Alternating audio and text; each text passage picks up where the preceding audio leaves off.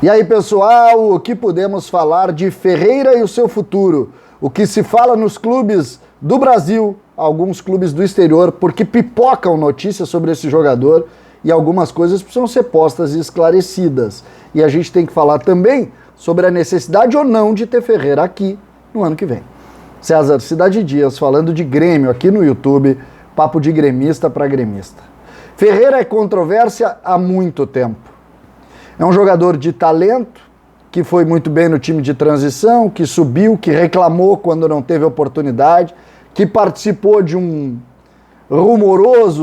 rumorosa novela, dá para se dizer assim, quando não renovando, acabou sendo afastado, treinou em Eldorado, foi recuperado, voltou. O fato é que dentro do campo nunca foi solução. Fez lances bonitos, fez gols importantes, bonitos, foi importante lá no Gauchão, mas quando enfrentou uma turma maior, mais pesada, que foi no Campeonato Brasileiro, afundou, assim como tantos outros.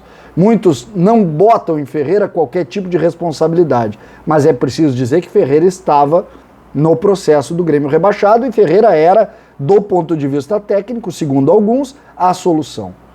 Ele fez, como eu disse, lances bonitos, gols importantes ou gols bonitos nem tão importantes. O fato é que Ferreira volta a ser assunto fora do campo. Por quê?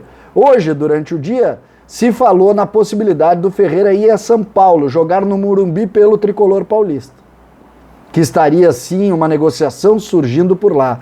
Na semana passada, foi no Fenerbahçe, lá na Turquia. E assim as coisas vão indo. A Major League, lá nos Estados Unidos, também a todo momento, surgem informações. Eu busquei para entender como está essa questão. Primeiro que tem que se posicionar é o seguinte: esse jogador tem contrato com o Grêmio até o final de 23. Ou seja, ele é jogador do Grêmio. A multa rescisória é 8 milhões. O Grêmio tem direito a 50%. Está aqui o contrato dele, o resto é balela.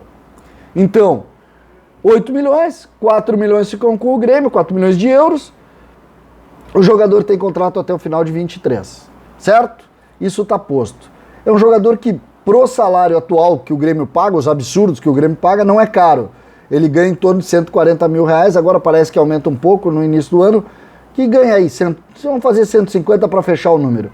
É um dos salários menores do Grêmio. Então esse é o lado negativo do Grêmio em relação a Ferreira. Agora, a gente precisa posicionar o lado negativo do Ferreira em relação ao Grêmio. Porque o Ferreira é um jogador individualista, um jogador que eu brinquei durante uma jornada que acabou pegando, quando eu disse ele joga muito mais pro DVD dele do que pro time. Isso é fato. E principalmente, esse individualismo no trato das coisas, de um mundo alienado, como fez Borja, como fez Douglas Costa, não serve para o ambiente do Grêmio. O Ferreira, para quem não lembra, foi afastado de um jogo porque um clube americano ia pagar a rescisão no meio do Campeonato Brasileiro.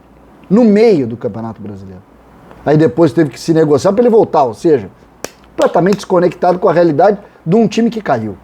Então não me venham, a gente tem muito paternalismo com relação a alguns atletas, porque ele é bom de bola e tal. Não, é bom de bola se ele estiver conectado aqui, se ele estiver integrado ao grupo. Algo que ninguém desse grupo do Grêmio se conectou, aparentemente. Tu tira o Jeromel, o Kahneman, o Cortez, um outro cara, o próprio Diego Souza, que parece que ajudou. O resto foi uma desconexão só. Não vamos esperar do Jean-Pierre conexão a partir de agora e também não vamos esperar do Ferreira. Eu não esqueço de todos os caminhos que o Grêmio teve para cair. E um deles foi construído pelo Ferreira e o seu staff naquele episódio onde ele resolveu dizer, não vou mais, não treinou, não fez a parte física, vocês lembram lá, ele estava voltando uma lesão, acabou não fazendo, porque iam pagar a multa e ele não ia mais jogar aqui. E aí ele não apareceu no clube 3 dias para treinar durante o Campeonato Brasileiro. Então eu não esqueço disso. Dentro do campo a mesma desconexão. Quando ele fez aquele gol contra o Flamengo, ele saiu para fazer as flechinhas dele, o Grêmio faltava 6 minutos, o Grêmio precisava ganhar o jogo. Então desconectado com o que estava acontecendo. E agora essas informações também, porque lá de São Paulo, e eu fui buscar lá em São Paulo, o que se diz? Ninguém quer o Ferreira aqui. Ferreira não tem mercado aqui no tricolor paulista. Ninguém diz que é mau jogador, mas ninguém quer lá. O plano do São Paulo é outro. Não tem em Ferreira uma possibilidade. É preciso que se posicione isso. E isso é uma palavra do São Paulo, de alguns amigos que eu tenho relação por lá. No que diz respeito ao futebol turco, mais ainda. Olha só, passar algumas informações para vocês. Turquia está quebrada. Como é que vai pagar 8 milhões de euros na Turquia? Só se o Grêmio quiser dar ao jogador. 1 euro, por exemplo, na Turquia, vale 13 liras turcas. Como é que vão pagar? Então, essas desconexões, mais uma vez, colocam. A Major League se falou claramente na possibilidade. Ótimo. Veio proposta até hoje? Nunca botaram proposta. O leste europeu, que a todo momento surge essa especulação, em razão até do ótimo relacionamento que o empresário do Ferreira tem lá naquela região, também não chegou. Agora, e aí eu faço a pergunta para o torcedor do Grêmio. Você confia?